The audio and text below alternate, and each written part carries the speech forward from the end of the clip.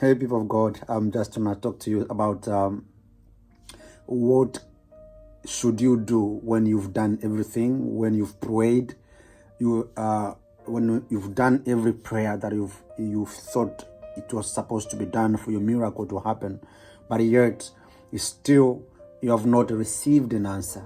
What should you do? Because many times I've come to understand the state of waiting for the Lord, of waiting for the right moment. It can be a dilemma. It can be a difficult thing if you do not know the step to follow. If you don't know the way forward to accomplish whatsoever, or maybe to bring into physical whatsoever you're believing the Lord to do upon your life. I'm going to read to you a story in the book of Luke, chapter 17, verse 14. The Bible says, when he saw them, he said, "Go, show yourselves to the priest." This is a story of 10 people that had leprosy, that they already been chased out of the city. Because they are not supposed to sit with other people. They are not supposed to mingle with others based on their circumstances, based on their sickness. They were not allowed to mingle with anybody else because of the circumstances. And then here, for some reason, this was the moment that Jesus was preaching, moving from one border to another, proclaiming the good news. And then when the Bible says, when they saw the Lord from afar, they begin to shout out, to cry out, "Jesus, Master, have mercy on us. Have pity on us. Have pity on us." But the response of Jesus surprised me. These people, he was able to see them. They are not well. He was able to see them. These people are sick, are not allowed to go in the city. But yet he asked them, "Go and go show yourself to the priest. Go show yourself to the priest. Go show yourself to the priest." He didn't tell them that the priest will pray for you. No, he just told them, "Go show yourself to the priest." And the surprising thing is, at the moment they begin to go on the road, before they arrive to the priest, they got healed. They found themselves, they become clean. And then one of them had to return, could not continue the journey any longer. He has to turn back to go and thank the Lord, to bow before the knees of the Lord. You know, what am I saying this? Many a times we are waiting the Lord to meet us whereby we are doing nothing. Many a times we're expecting the Lord to do a miracle whereby we don't have anything in our hand. He did tell Moses, "What do you have in your hand? What do you have as a Christian that the Lord can use?" Because many a times we just keep on waiting, expecting a miracle. Do not expecting a miracle whilst we are folding your hands. Because the Lord wants you to go, want you to meet you halfway. It's not about this is not about trying to do things on your own. No, it's about believing the Lord and taking God at His word. Because many a times we fail to receive our blessing based on the fact that we are unable to do something that will cause the miracle of God to begin to happen. Because there have to be something that you have to do that will attract the miracle, that will attract the healing, that will attract the blessing that you are believing the Lord to do upon your life. But many times, because of the fear, we are unable to accomplish this. Because of the anger, the hatred, we are unable to do this. Remember, Jesus asked these people to go to the priest. That means go and show yourself to the public. But what the mystery behind here was about, are they able to see who the priest is? Because the priest was supposed to make them well. The priest was supposed to make them well, but they were well on their way. So were they able to discern? It is only one among them who was able to discern. Actually, the priest that this man is Jesus is asking for is this that Jesus is sending us for. He is the one that we have to go back, because he is the one who has healed us.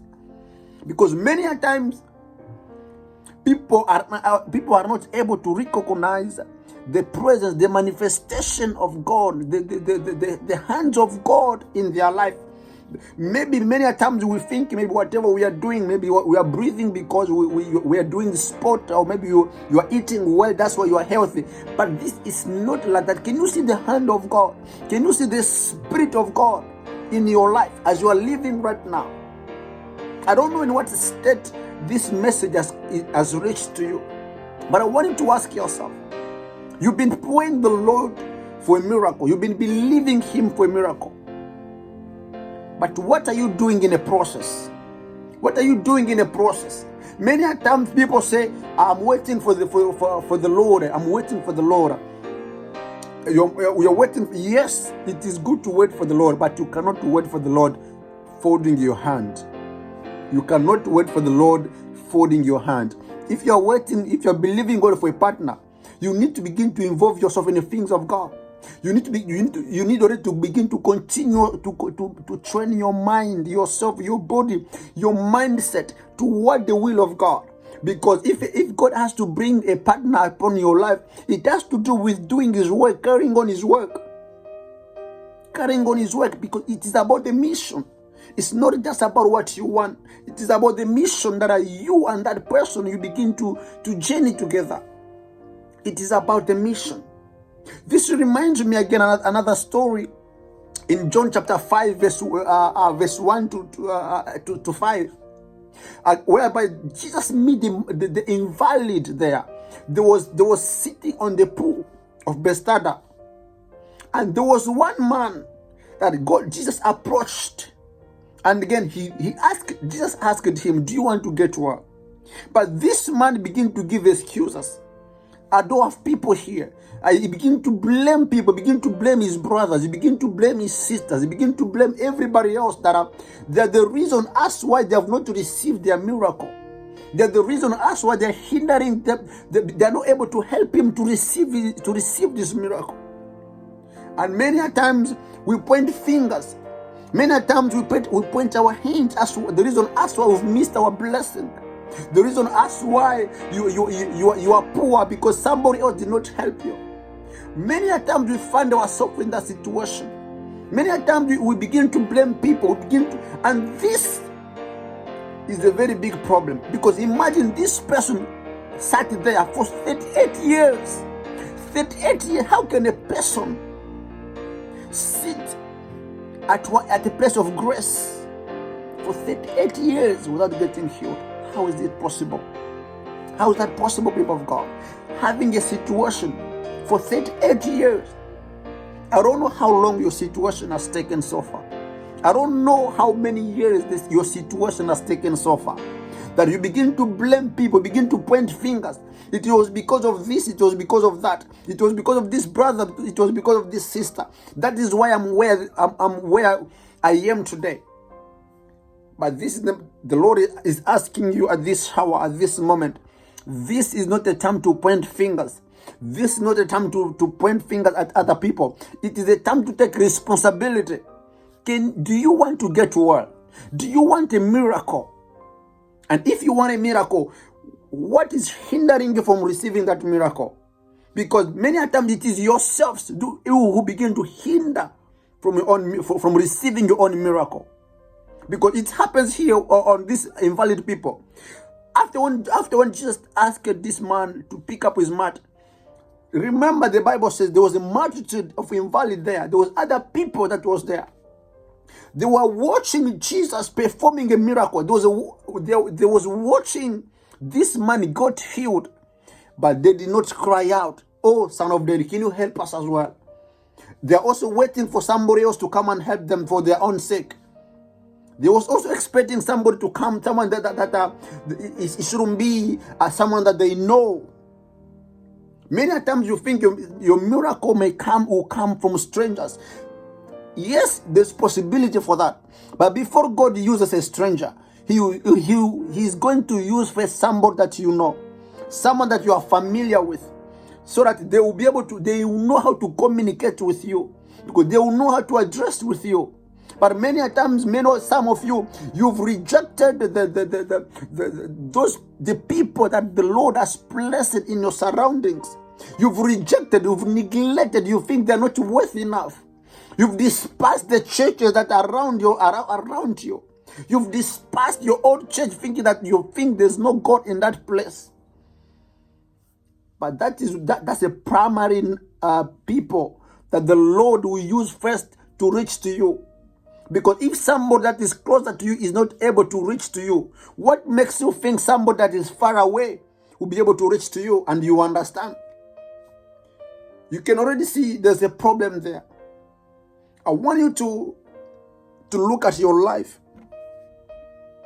Yes, you're believing the Lord for supernatural. Yes, you're believing it's not a bad thing.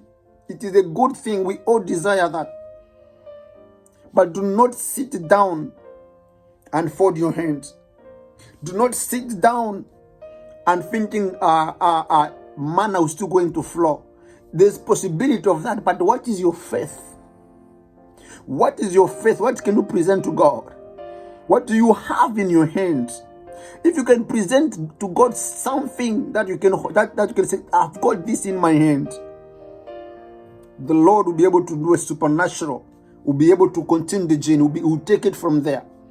But you have nothing to show to the Lord. You have nothing to that you can present yourself to the Lord. Can you argue your matter with the Lord? Can you argue your case with the Lord? If He appears to, can you argue with Him? Or you begin to blame people because of this, because of that, that's why I'm like this, that's why I'm like that.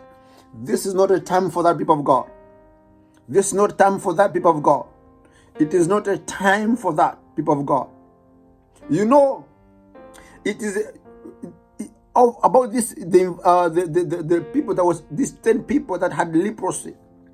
They were walking already in groups whereby, and which represents many times we find ourselves, we want us to be with people that they also have the same situation as us. The people that they have the same problem like us. We want to mingle with them because it makes you feel safer. It makes you feel comfortable. But you're missing the bigger picture. If you want to get your healing, you need to walk with someone that is already healed. You didn't get that. If you want God to bless you, you need to begin to admire those that are already blessed upon your life. Who is blessed in your family? Who is blessed in your neighborhood? Who is blessed in your village? Who is blessed in your avenue? Who is blessed? Can you praise God for their blessing? Can you worship the Lord for prospering that person? Or you think they are doing a witchcraft? Or you think their blessing is not from the Lord? Is that what you are thinking?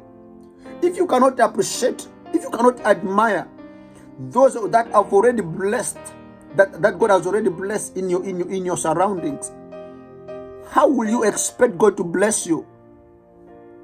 You need to be able to glorify God for those that He has already blessed, because a grace that you are not submitted under, you can never be impacted by that grace. If you continue to disperse money, if you are praying for money, you're asking God to give you money. If you keep on dispersing money, how will you expect God to bless you?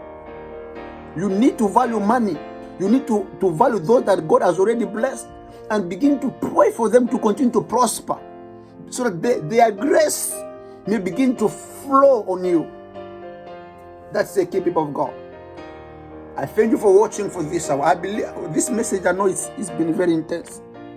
But the Lord wants you to go. The Lord wants you to begin to do something. Do not just sit and fold your hands. You need to begin to do something. If it is a job, begin to do anything. I want you to take this prophetic word and work on it. I believe the message, the miracle you begin to see. It will be beyond your understanding. The Lord wants you to go. The Lord wants you to begin to do something. Act upon the word of the Lord. Act upon the word of the Lord for your miracle, for your breakthrough, for anything that you are believing Him to do. Begin to act upon His word. Begin to act upon His promises. I don't know what prophecies that you've received upon your life. Have you acted upon it? Have you acted upon it? Or if you have not, then you need to begin to ask the Lord to renew the covenant in your heart. Let the fire of the Lord begin to burn in your heart. That He may give you the ability to accomplish that which you've agreed with Him, that which you've believed Him to do upon your life. I thank you for watching, and may the grace of the Lord be upon your life as you begin your journey to begin to step on, to begin to step up for your blessing, for you to begin to, for the Lord to meet you halfway. Because these two stories that I've given to you about the people with leprosy, their blessing, their healing met them on their way. Because they obeyed the word of God, they obeyed the spoken word, the speaking word.